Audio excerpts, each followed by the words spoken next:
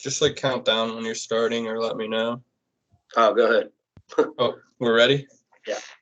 All right, we're the automated security gate project for ECEN 4899 for spring 2020. Our group is made of Addison Crane, Josh Bright, Robert Krupa, and Chris Daniski. All right, so our problem statement was to provide an automated gate to residential and small business customers such as our alpha test, a property management company, Capo Reynolds LLC, that will offer a general home security system for entry and exit to the property. So our customer needs was a security gate capable of preventing trespassing or unauthorized access for a retail property. Security features to prevent gate from closing when there's an obstruction was necessary. And they want a keypad access for customers and utilities and security cameras for remote viewing. So this picture here shows a layout of pretty much everything that's in the system. I'll start with the cameras. They're the blue dots. We have our pizza oven camera in the top left corner, the wind vane camera in the upper center, and then in the bottom left is the front south camera, and just to the right of that is the front north camera. The cameras are actually placed a little further away from there, but with the height of the machine that I got lifted up in, this was the best picture that I could get to be able to see the entire gate. Then I'll go to the orange squares. I'll start with the top one. I have the exit keypad. That is outside the building. And then directly inside the door is the auto and manual selector switch with the two push buttons for open and close. Below that is another orange square that highlights where the close gate limit switch is and the two photo sensors. Also in this area, we have the buzzer that is inside the two pieces of aluminum on that side of the fence, and the red light that flashes when the camera is in motion as well is on top of the fence. To the right of that one is where the motor is housed, and the photo sensors transmitters are also on this side. And to the right of that is the open gate limit switch.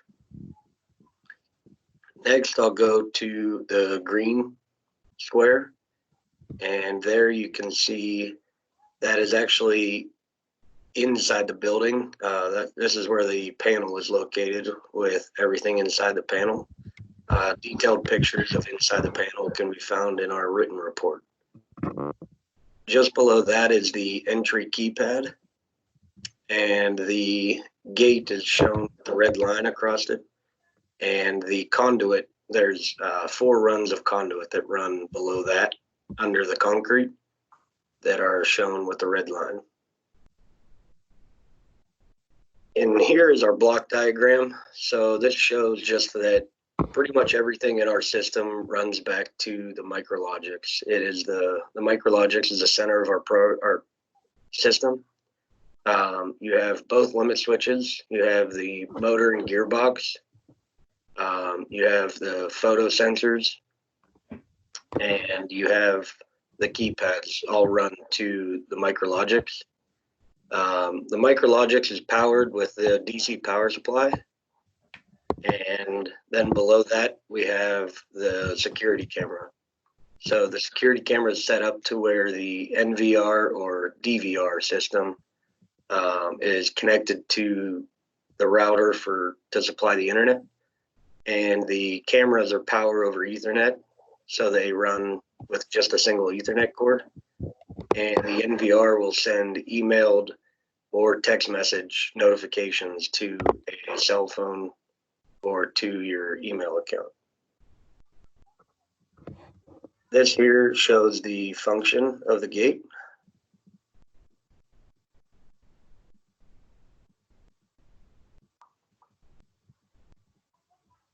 This is typing in the keypad a code, and it shows that the gate is starting. The links to this video are down below.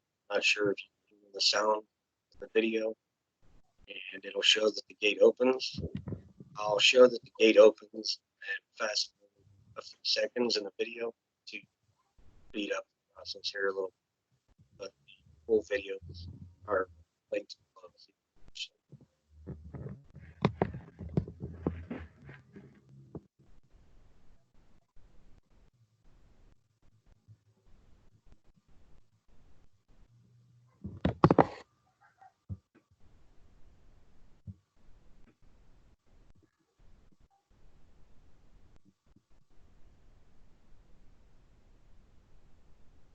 All right, we're just gonna watch.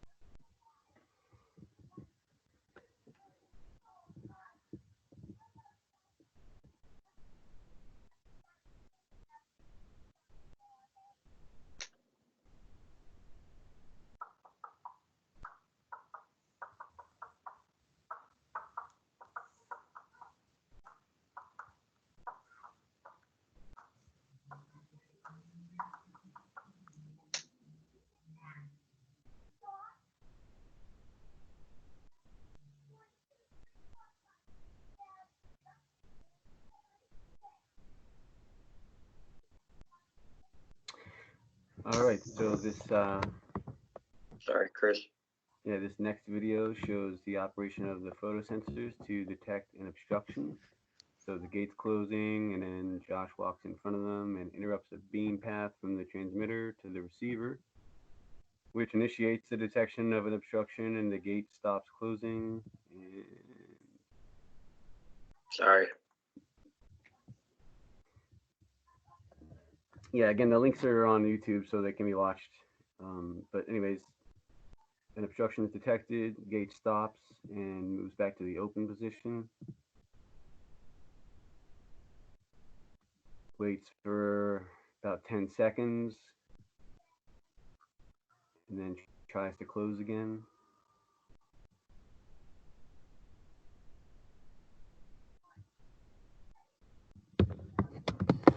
So that's our primary safety mechanism for detecting an obstruction, so this big heavy gate doesn't do any damage to any one person or any vehicle in its path.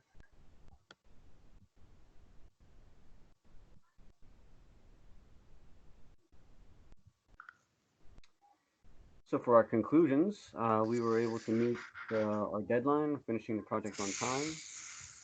The security gate is fully functional with all of the safety mechanisms in place and operating correctly.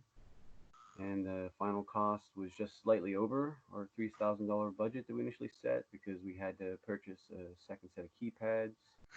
The first set didn't meet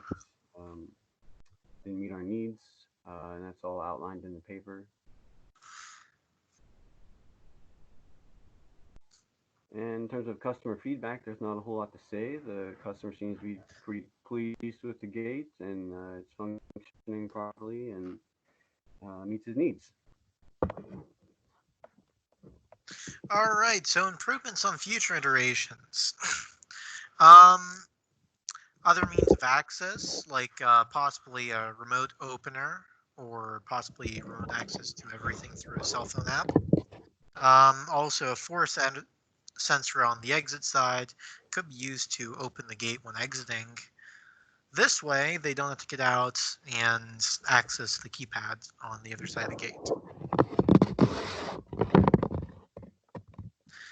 Some of the lessons we learned is completion of a project, and experience working with a customer, to establish an in-scope parameters and responding to feedback.